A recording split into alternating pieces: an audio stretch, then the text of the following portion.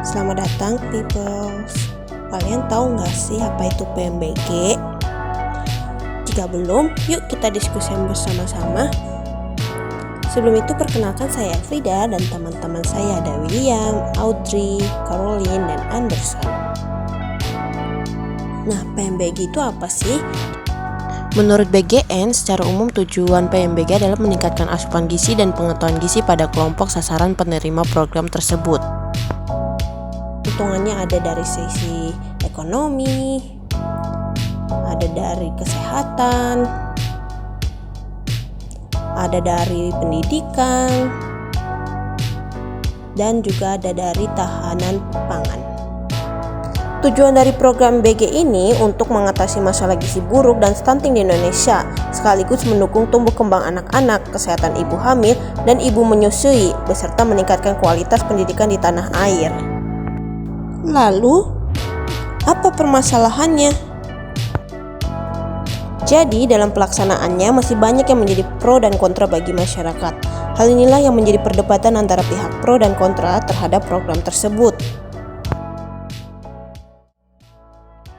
Sama kayak basi, dapung serju, rasa sama kayak asam begitu. Japung terong mau, japung ayam juga mau. Mau makan daging. Makan seperti kayak rasa hambar terus sama basi. Negeri 1 Pemuda Labuan Bajo menemukan belatung pada sayuran kacang panjang dalam kotak makan. Selain itu, jika kita ilustrasikan, ada chef profesional dan juga non-profesional. Kalian lebih memilih chef profesional atau non-profesional untuk mengelola PMBG ini? Menurut saya sih, chef profesional ya. Karena dengan chef profesional, besar harapannya makanan busuk, buah busuk, dan sayur-sayuran yang ada belatungnya tersebut tidak akan terjadi. Nah teman-teman, kita juga bisa melihat banyak sekali berita-berita tentang program makan bergizi gratis ini di media massa. Jika program ini hanya memfokuskan untuk mengurangi angka stunting, seharusnya program ini ditujukan kepada ibu hamil dan anak umur 0-3 tahun. Lantas, apa istimewanya PMBG dengan Posyandu?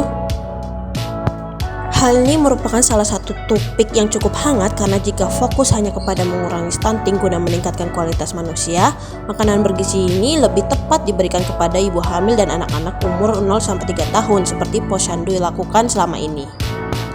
Jika kita telaah lagi, sesungguhnya keberlangsungan program ini merupakan hal yang baik loh. Tapi pemerintah harus menentukan sasaran yang tepat untuk penerima program MBG ini, lalu transparansi program MBG kepada masyarakat, dan komitmen dalam pengawasan guna melihat kualitas makan yang konsisten, serta mengevaluasi secara berkala program tersebut. Dengan begitu, kita dapat melihat bahwa pemerintah berperan sebagai wakil Allah di bumi dan bentuk menyatakan penatalayannya dalam mempertanggungjawabkan kebijakan pemerintah di hadapan Allah. Lalu kita sebagai masyarakat, apakah perlu mengkritisi atau hanya mendukung saja program ini? Jika kita mau melihat program ini berlangsung dengan baik, pemerintah memerlukan evaluasi dari orang yang menerima program tersebut. Maka dari itu, seharusnya kita bijaksana terhadap kebijakan yang pemerintah terapkan. Salah satu caranya dengan memonitoring dan mengevaluasi program makan siang bergizi gratis ini, serta menganalisis terlebih dahulu berita yang tersebar di media massa. Hal ini bertujuan untuk memastikan bahwa program-program pemerintah berjalan sesuai dengan harapan dan kebutuhan masyarakat, serta untuk mencegah terjadinya penyimpangan atau penyalahgunaan kekuasaan. Dan begitu kita senantiasa menjadi warga negara Indonesia yang bijaksana, serta warga negara kerajaan Allah yang setia menjalankan tanggung jawab sesuai kehendak dan kebenarannya. Yuk jadi masyarakat yang bijaksana.